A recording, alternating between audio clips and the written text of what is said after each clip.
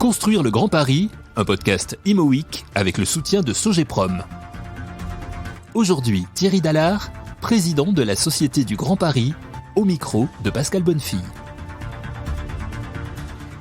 Thierry Dallard, vous êtes le président de la Société du Grand Paris, vous êtes le grand ordonnateur du métro qui va changer la vie des Franciliens et sans doute bien au-delà de tous ceux qui vont et vivent et agissent dans la région capitale. Et avant d'entamer les sujets qui sont proprement immobiliers dans ce sujet du Grand Paris, et Dieu sait s'ils sont nombreux, on pourrait peut-être dire quelques mots sur votre parcours antérieur à votre arrivée à la SGP. Et au fond, ce parcours, il annonçait votre arrivée, non, dans cette grande maison? Mon parcours, écoutez, cette année 2021, je pense qu'en septembre, je vais fêter ma 30e année dans les métiers de l'aménagement, du transport, de l'urbanisme, du développement. J'ai eu l'occasion pendant ces 30 années d'exercer les différents métiers de maître d'œuvre, de maître d'ouvrage, de bureau d'études, de développeur, du côté du public, du côté du privé. Ça m'a amené à partager et à vivre des aventures assez passionnantes comme le lancement de la concession du viaduc de Millau, comme la réalisation quand j'étais dans le secteur privé de la ligne TGV Tours-Bordeaux ou Nîmes-Montpellier, ou le projet de la rocade L2 à Marseille que j'ai eu l'occasion à deux périodes de ma vie professionnelle de porter en tant que maître d'ouvrage. Une première période quand j'étais au ministère de l'équipement et puis une autre période quand j'étais président de la société quand celle-ci a été réalisée par projet le privé. Qui avait été longuement mûri, je crois qu'on peut dire ce mot à Marseille, puisque il a été effectivement longuement mûri puisque sa genèse juridique et politique remonte à 1933. Enfin, plus modestement, je considère que le projet que nous avons réalisé a pris naissance dans une version plus moderne à la fin des années 80, mais effectivement c'était intéressant de pouvoir le voir avec les deux versants de la maîtrise d'ouvrage public et la maîtrise d'ouvrage privé. Et je pense que celle-ci a des outils assez efficaces. Et donc vous êtes un grand ingénieur, puisque vous êtes normalien, diplômé de l'École nationale des ponts et chaussées, et ce qui me fait toujours rêver, c'est que vous êtes docteur en mécanique des fluides. Je ne vous demanderai pas de nous expliquer exactement tout ce que c'est que la mécanique des fluides, mais donc il y a l'aspect technique que vous maîtrisez parfaitement, et puis il y a bien entendu ce dont vous venez de parler, cette volonté de professionnalisation de tout ce qui est le monde de l'infrastructure, on va dire, et puis aussi ce rapport entre public et privé que vous avez beaucoup défendu au sein de vos différentes fonctions. Je pense que si on prend le même objet, qui est en l'occurrence une infrastructure publique, il se trouve qu'il y a des maîtres d'ouvrage publics, ça peut être des administrations, ça peut être des agences publiques. La Société du Grand Paris est une entreprise publique. Et puis il y a également des sociétés privées qui exercent le même métier, mais pas dans le même contexte réglementaire, pas avec la même boîte à outils. Et je trouve particulièrement intéressant ce croisement d'expériences. Et en l'occurrence, les parlementaires, en 2010, quand ils ont voté la loi créant la Société du Grand Paris, ont créé un objet un peu hybride, puisque la Société du Grand Paris, c'est une entreprise publique, mais elle a, à la fois par rapport à sa politique de recrutement, qui sort complètement du champ habituel des corps de la fonction publique, d'État ou territoriale, que ce soit par rapport à une logique de fiscalité dédiée, et surtout que ce soit par rapport à ce que j'appelle vraiment le cœur du réacteur du modèle économique, sa capacité d'emprunt, s'inspire fortement des maîtrises d'ouvrage privées. Je vais prendre un exemple très simple. Si la Société du Grand Paris avait fonctionné comme l'État dans les contrats de plan État-région, et que nous n'ayons finalement pu avancer qu'au rythme des recettes budgétaires que le Parlement nous a données, soit à peu près 700 millions d'euros par an, eh bien la mise en service du Grand Paris Express dans sa totalité se situerait aux alentours de 2080. Alors que l'objectif qu'on nous a donné, c'est 2030. Comment on fait pour passer de 2080 à 2030? Eh bien, on demande aux entreprises et aux maîtres d'œuvre de trouver la solution la plus rapide. Évidemment, ça conduit à un niveau de dépenses considérablement plus important puisqu'on va plus vite. En l'occurrence, en ce moment, on est à peu près aux environs de 4 milliards de dépenses par an. Et donc, comment on passe de 700 millions d'euros de recettes à 4 milliards de dépenses? Eh bien, on passe par l'emprunt, c'est-à-dire les 3 milliards à peu près qui sont nécessaires par an depuis deux ans. Et puis, on remboursera cette dette-là, évidemment, avec le même flux de recettes de 700 millions d'euros par an, indexé bien entendu, qui permettra à l'horizon de 2070 d'avoir remboursé la dette. Mais ce modèle-là, qui est effectivement assez atypique dans la maîtrise d'ouvrage privé, c'est quand même, je dirais, la règle de base, pour pas dire le b.a.-ba, de tout l'entrepreneuriat.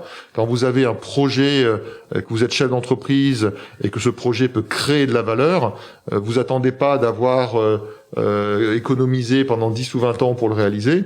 Vous allez voir votre banquier, vous le réalisez au plus vite, et vous captez la valeur créée plus rapidement et vous remboursez en partie avec cette valeur la dette que vous avez contractée. C'est ça le modèle du Grand Paris Express, c'est ça le modèle de la Société du Grand Paris que les parlementaires ont voulu.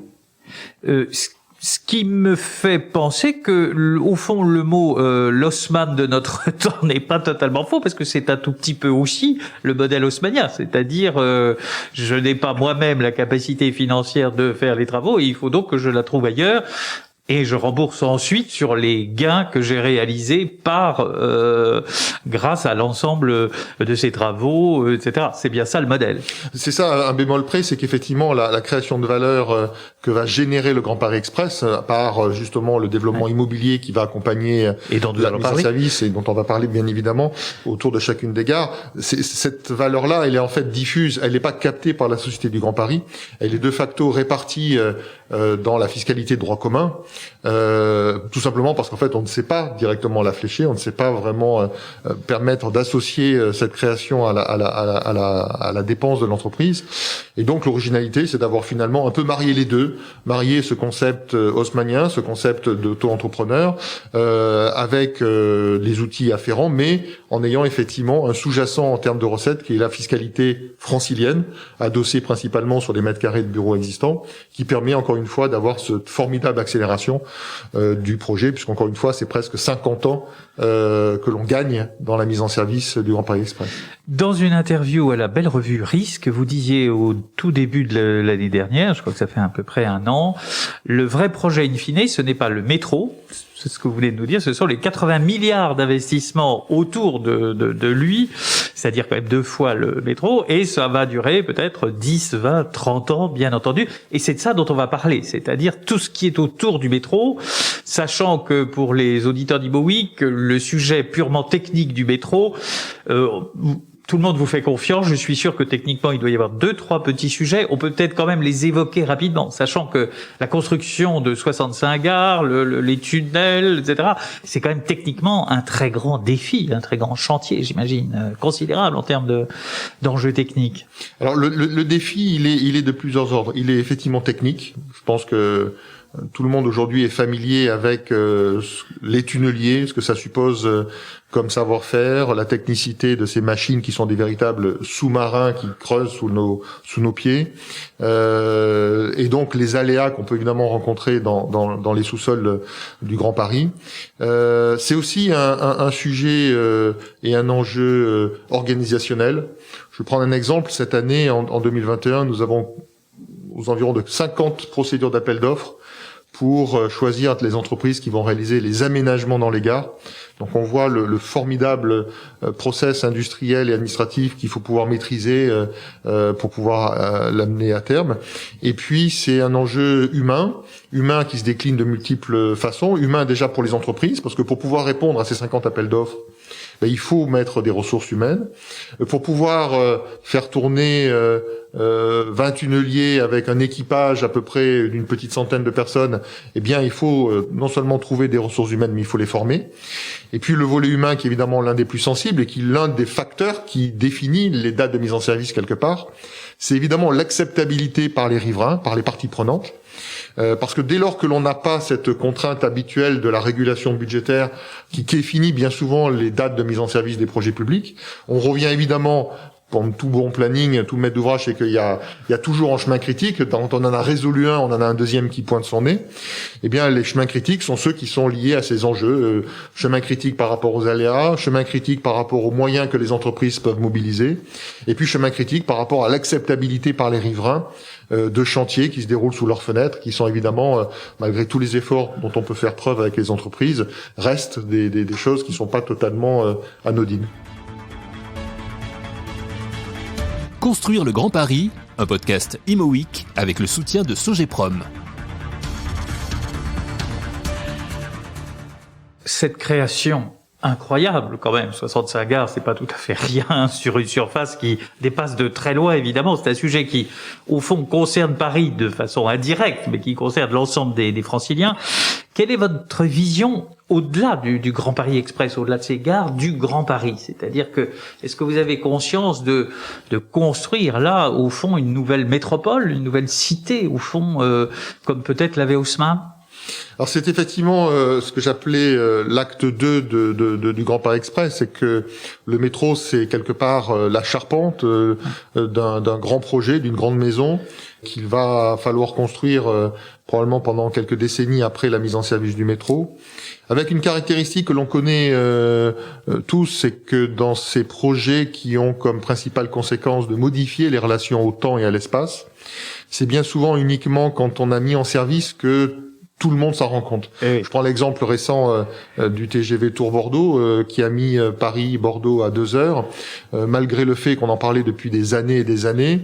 Ça n'est uniquement qu'à partir de la mise en service que soudainement on s'est dit mais c'est incroyable, on n'est plus qu'à 2 heures de Paris, ou de l'autre côté on n'est plus qu'à 2 heures de Bordeaux. Idem pour Marseille quand ça a été à 3 heures de Paris. Exactement pour Marseille quand au début des années 2000 le TGV a été mis en service. Donc on doit en tant que professionnel le savoir et l'anticiper, parce que sinon on sera un petit peu en retard.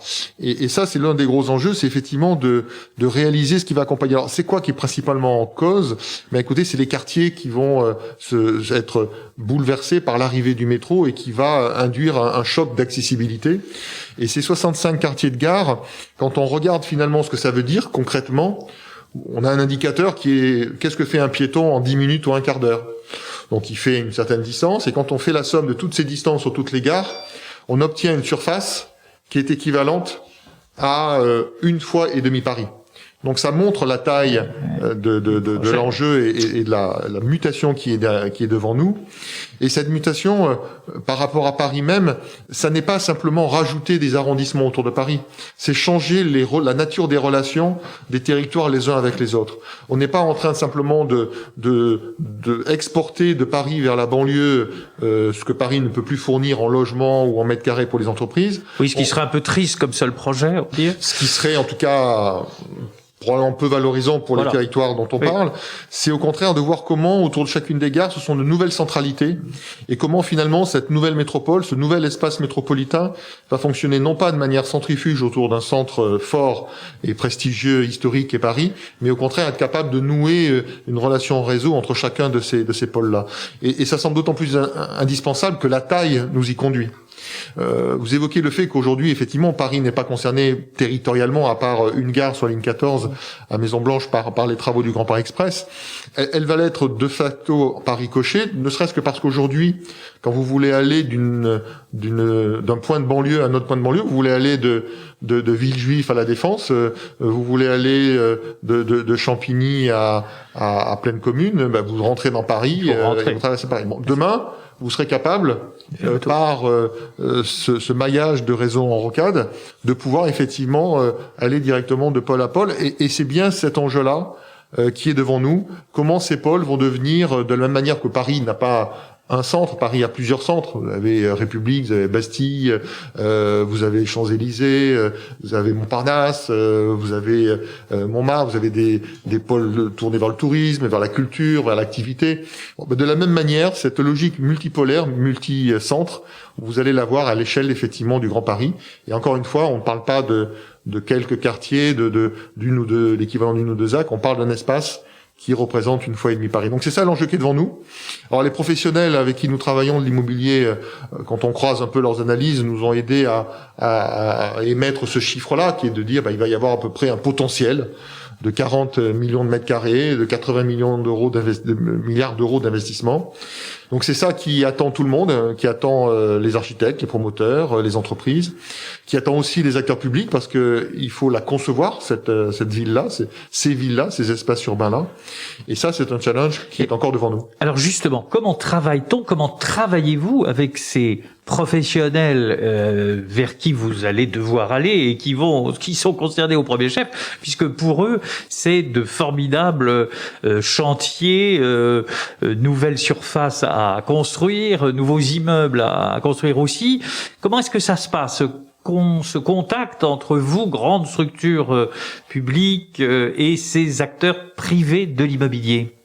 Déjà, j'ai envie presque de dire, il y a un niveau zéro, c'est leur dire et veiller à toujours leur dire la vérité sur le calendrier du métro.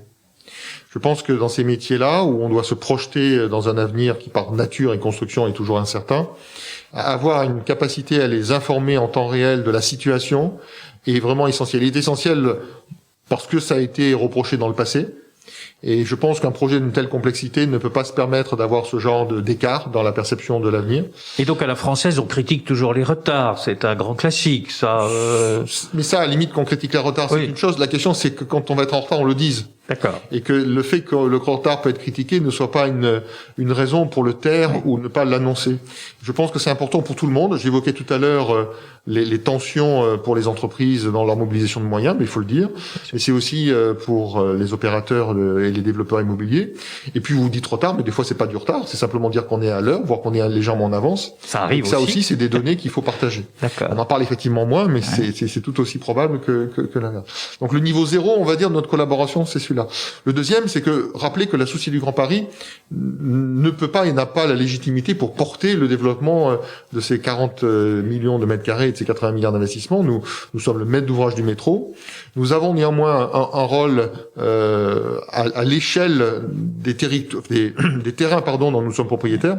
Qui représente combien, grosso modo? Disons que si je raisonne sur le potentiel de développement, plutôt que de parler de foncier, parce qu'en l'occurrence, des fois, c'est des volumes plus que du foncier sur le sol, ou notamment quand on est en surplomb des gares, ça représente à peu près un potentiel d'1 million de mètres carrés. Donc 1 million de mètres carrés sur les 35 à 40 millions de mètres carrés que j'évoquais tout à l'heure, ça peut sembler quand même très modeste. C'est quand même, j'ai plus le chiffre en tête, mais ça doit être 5 fois ou 8 fois le village olympique. Donc c'est pas totalement. Oui. Et puis c'est le cœur souvent, bien sûr, de ces gares, puisque vous êtes bien entendu ceux qui construisez les gares. Donc bien entendu, c'est du mètre carré qui est bien placé. Lui très bien placé par définition. Qui est bien placé et justement notre ambition, et parce que là on a la légitimité pour le faire, c'est de pouvoir effectivement sur ces projets d'être exemplaire. Être exemplaire, ça veut dire évidemment en termes de qualité de construction, mais en particulier avec une ambition environnementale très forte. Nous avons eu l'occasion d'annoncer il y a quelques mois l'ambition de réaliser les différents projets immobiliers dont nous serons co-développeurs avec un niveau de matériaux biosourcés au-delà de 110%, et en bois en particulier au-delà de 50%. Donc ça, c'est une des volets de notre démarche. D'accord. Du développement durable en termes de priorité. En termes de priorité, nous allons d'ailleurs travailler encore plus en avant sur cette notion de développement durable en travaillant sur une charte que nous imposerons à nous-mêmes, mais nous espérons qu'elle puisse servir d'exemple et être reprise par d'autres. Et puis enfin, et j'aurais dû commencer par ça, parce que quand même le cœur du réacteur, c'est quand même les communes, les maires. C'est avec eux que les programmes de la dizaine de gares sur lesquelles nous avons déjà commencé à développer des projets, ces programmes ont été élaborés évidemment avec eux. Et c'est bien dans le cadre de cette réflexion que celle-ci a vocation à pouvoir s'étendre, évidemment, au fur et à mesure que l'on s'éloigne des gares, sur des terrains qui ne sont pas à nous et dont nous ne serons pas un acteur efficace. Mais vous savez, je vais prendre un parallèle. Le métro, c'est par essence, dans le cas présent, la colonne vertébrale de la mobilité. Bon, puis on s'est très vite rendu compte avec les acteurs du territoire, les maires, les présidents de département, Île-de-France Mobilité, la présidente de la région, qu'il fallait aller un peu plus loin quand on parle de mobilité. Donc on a réussi à mettre en place autour de chacune des gares une démarche de pôle. Alors les pôles sont pilotés soit par le maire, soit par le président du département, soit par un président de PT. Où avec Île-de-France Mobilité, nous avons mené justement une démarche partenariale, où nous sommes évidemment au cœur du réacteur parce qu'on fait la gare, et puis au fur et à mesure où on s'éloigne de la gare, on n'est plus acteur, mais il a bien fallu mettre tout le monde autour de la table pour que ces choses-là soient bien conçues ensemble. Quand vous arrivez dans un métro, vous n'êtes pas chez vous, ou vous n'êtes pas à votre travail, ou vous n'êtes pas chez les amis que vous allez voir, ou vous n'êtes pas à l'université où vous allez étudier, ou vous n'êtes pas à l'hôpital où vous allez vous soigner, ou vous n'êtes pas à l'opéra où vous allez, ou au théâtre où vous allez. Donc on voit bien que la question du parcours final est extraordinairement important. Et ça, c'est un exemple de collaboration qui me semble pouvoir inspirer la réaction, l'élaboration et le travail qui est devant nous sur l'élaboration des quartiers. Et sur ce million de mètres carrés, donc qui est vraiment là de votre compétence et de votre propriété, on va dire, comment allez-vous fonctionner? Comment fonctionnez-vous déjà avec avec de grands acteurs de l'immobilier? Alors, au début, nous avons fonctionné d'une manière assez simple, c'est-à-dire après avoir organisé en partenariat avec les maires un concours pour choisir le projet et les sponsors du projet, nous avons jusqu'à présent privilégié la solution de la vente des droits à construire. Et donc nous sommes sortis finalement du processus d'élaboration. Là, nous réfléchissons pour d'autres schémas où nous resterions à bord d'une façon qui est encore à affiner d'un point de vue juridique et technique, qu'on appelle un peu du co-développement ou du co-investissement. Il ne s'agit pas pour nous de faire un métier qui n'est pas le nôtre, aux promoteurs de faire le sien. Néanmoins, ça nous semble intéressant de rester à bord pour plusieurs raisons. La première, c'est que dès qu'on parle d'investir dans l'avenir, la confiance est un facteur clé. Je pense que si quelqu'un doit avoir confiance dans l'avenir et dans les effets du métro, c'est bien nous. Donc, a priori, on peut le souhaiter. On peut le souhaiter. Donc, être partie prenante de cette étape-là me semble être assez logique et être un signal important à donner à tous les acteurs du marché. La deuxième, c'est que, par définition, les terrains que nous avons sont souvent proches, pour pas dire imbriqués, avec une partie des infrastructures qui sont en cours de réalisation. Ça peut être évidemment la gare, ça peut être des ouvrages annexes, ça peut être simplement ce qui est sous les pieds du terrain en question. Et donc rester à bord, c'est aussi une sécurité ou une garantie pour la personne, pour le développeur, pour les investisseurs, pour les promoteurs, que nous serons à leur côté pour y trouver des solutions aux problèmes posés.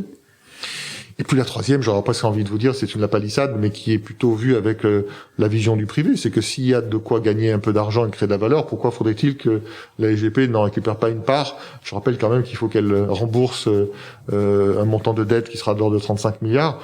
Donc même s'il y a des recettes fiscales, pourquoi se priver de recettes liées à la valorisation immédiate? Comme je disais, la valorisation et la création de valeur ne peut pas être captée pour financer intégralement ni même une partie substantielle du métro. Mais enfin, c'est pas pour autant qu'il faut l'abandonner complètement cette piste. Et donc c'est aussi l'idée sous-jacente de cette démarche-là. Alors, mais voilà, donc on est encore en train de travailler là-dessus. Je pense que d'ici la fin de l'année, on aura l'occasion de rentrer. On aura quelques noms de projets où vous serez partie prenante plutôt que vendeur. Plutôt que simplement c'est en position de céder les droits à construire. Et on sera heureux de reparler. On sera absolument ravis de revenir en parler. Construire le Grand Paris, un podcast Imo Week avec le soutien de Sogeprom. Justement, vous parliez de recettes fiscales. Est-ce qu'il y a une forme d'inquiétude à propos de ces recettes fiscales qui sont d'environ 600-700 millions si je suis bien renseigné, sachant que la situation des bureaux actuellement liée à l'épidémie n'est pas extraordinairement brillante. Est-ce que vous avez quelques inquiétudes sur ce sujet actuellement ? C'est difficile de vous répondre. Inquiétude, il faut toujours en avoir quand on regarde comment l'avenir va évoluer, parce que par construction, on peut légitimement penser qu'il y aura des conséquences à la crise. Alors, quelles seront-elles? Quelle en sera l'ampleur? C'est tout ce qui est devant nous. Mais pas d'inquiétude, je dirais, ni court ni moyen terme, pour le bonne et simple raison que la fiscalité est assise sur le stock de bureaux existants, donc le stock ne va pas s'évaporer. En revanche, la dynamique, quand on regarde sur 70 ans, ou 50 ans plutôt, qui est à peu près la durée d'amortissement sur lequel nous sommes partis, il peut y avoir des effets, donc il peut y avoir une croissance moindre, donc nous intégrons ça dans nos modèles financiers pour analyser les risques, mais c'est quelque chose dont on sera capable de mesurer que dans les années qui viennent, c'est même pas les mois qui viennent, donc c'est peut-être dans 3 ou 4 ans qu'on sera capable de même 5 ans, donc il n'y aura pas d'impact dans la réalisation du métro, ni dans son calendrier, ni dans sa consistance. Il n'y aura pas d'éléments pour pouvoir avoir ce genre d'interrogation. En revanche, gérer l'avenir et gérer les risques, c'est essayer de prévoir le pire. Et on a justement en vue de sécuriser ce genre de mauvaises nouvelles si ça venait à se matérialiser en 2030, 2035, 2036. On est plutôt en train aujourd'hui de profiter de la situation très favorable sur les marchés financiers. Des taux qui sont très très bas. Ah. Donc on a effectivement une politique de préfinancement qui est assez traditionnelle là aussi. Quand on regarde comment le viaduc de Millau a été réalisé, c'est bien ce qu'ont fait les concessionnaires privés, c'est de pouvoir lever par anticipation aux dépenses le maximum de dettes obligataires. Sur Millau, c'était 100% qui a été levé. On n'en est pas là, on en est à peu près à 50%. Mais en tout cas, c'est de continuer dans ce sens-là pour justement se mettre à l'abri du jour où les coûts de la dette pourraient réaugmenter. Donc je suis assez serein aujourd'hui sur cette question. Par rapport à ça. Et En restant sur l'épidémie, on est peut-être un peu trop là-dessus en ce moment, mais c'est un peu l'actualité qui veut ça. Est-ce que vous ne pensez pas qu'il va y avoir une certaine, disons, je ne sais pas si c'est le mot redécoupage, réorientation entre le tertiaire, le logement, les commerces? Est-ce que vous pensez que ça pourrait impacter justement les projets dont vous nous parliez, ceux autour des gares spécifiquement, par exemple? Ça fait partie des chantiers qui sont devant nous, mais pas que pour nous et pas que pour les gares. C'est pratiquement toute la profession qui est devant cette interrogation. Il est clair que de toute façon, la réflexion que nous avions aujourd'hui déjà sur les quartiers de gare, c'était que le logement avait quand même vocation à être l'un des éléments forts de cette politique-là. Et c'est le sujet le plus résilient, semble-t-il, à l'épidémie. Donc, c'est le sujet le plus résilient. Je ne crois pas à une inversion du développement des métropoles. On a entendu beaucoup de choses lors du premier confinement sur le fait que c'était la fin du phénomène urbain, de la métropolisation. Bon, je sais plus à quelle interview j'avais rappelé les multiples crises épidémiques du Moyen-Âge, elles n'ont jamais freiné, loin s'en faut, le développement des villes dans des états sanitaires qui ont été absolument incroyablement Marseille peut en parler là aussi avec le choléra. Marseille peut, hélas, malheureusement, en parler, où elle a perdu la moitié de sa population lors de la peste de 1720, si j'ai bonne mémoire. Donc c'est quand même une réalité sociale, économique qui est là. Donc je crois pas à ce renversement. Par contre, il est clair que ça a remis en avant des relations différentes de travailler, de collaborer, et donc sur l'objet, le produit immobilier qui est utile va nécessairement évoluer en fonction de ça. Mais aujourd'hui, je pense qu'il est encore trop tôt pour l'étendre. Moi, je prenais juste c'est assez palpable, hein, la différence de réaction de nos salariés entre le confinement du printemps et celui de l'automne.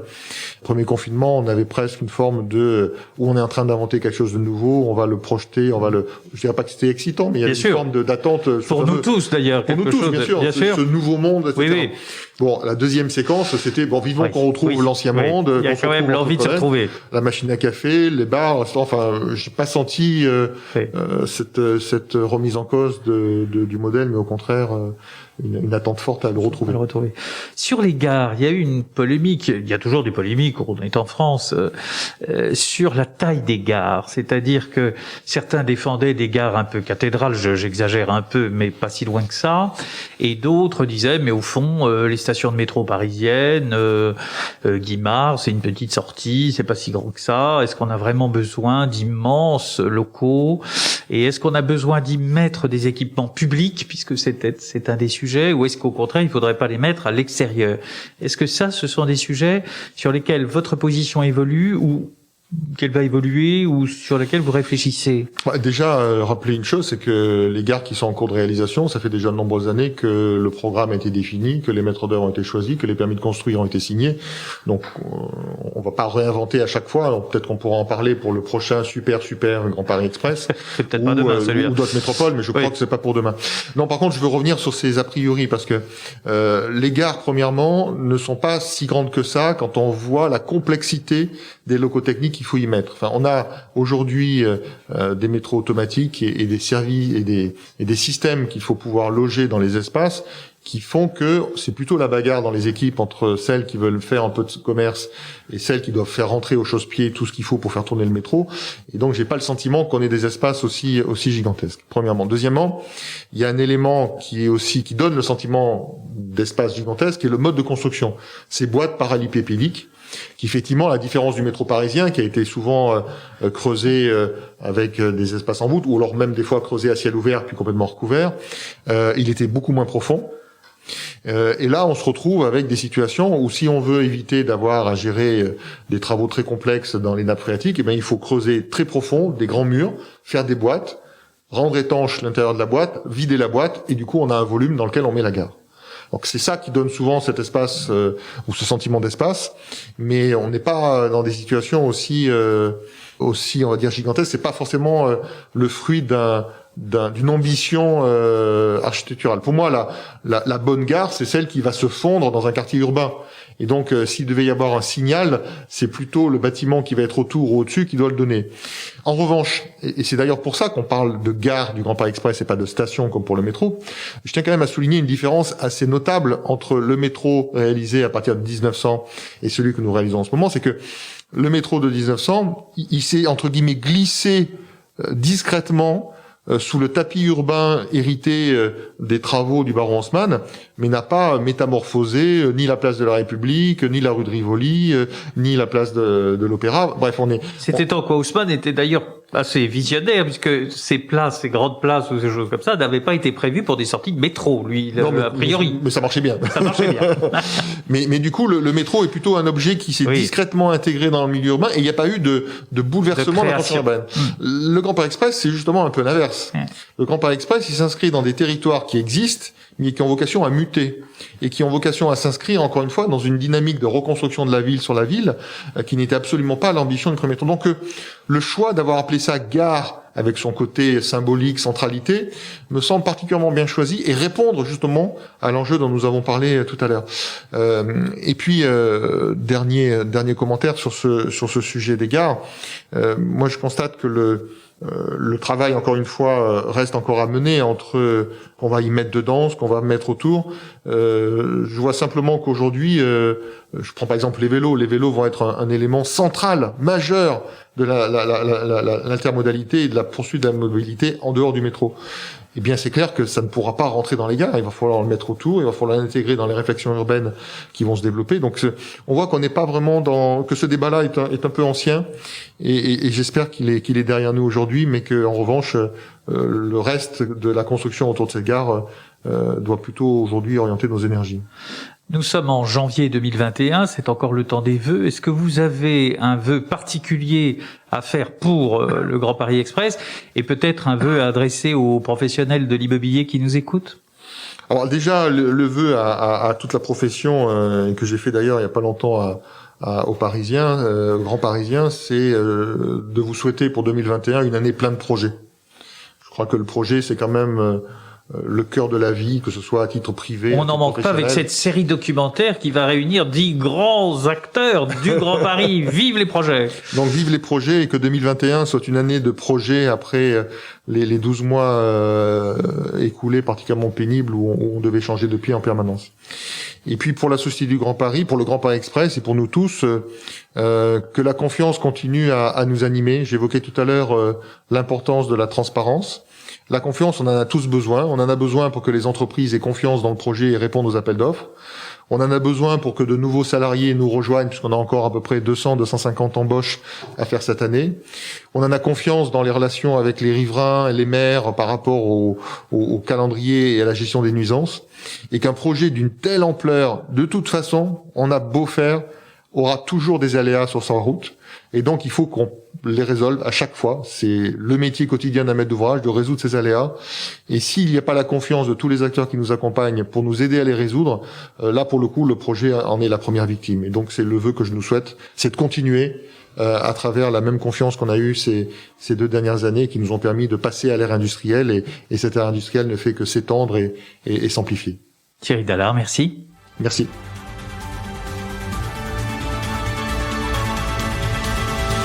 Construire le Grand Paris, un podcast Imo Week avec le soutien de Sogeprom.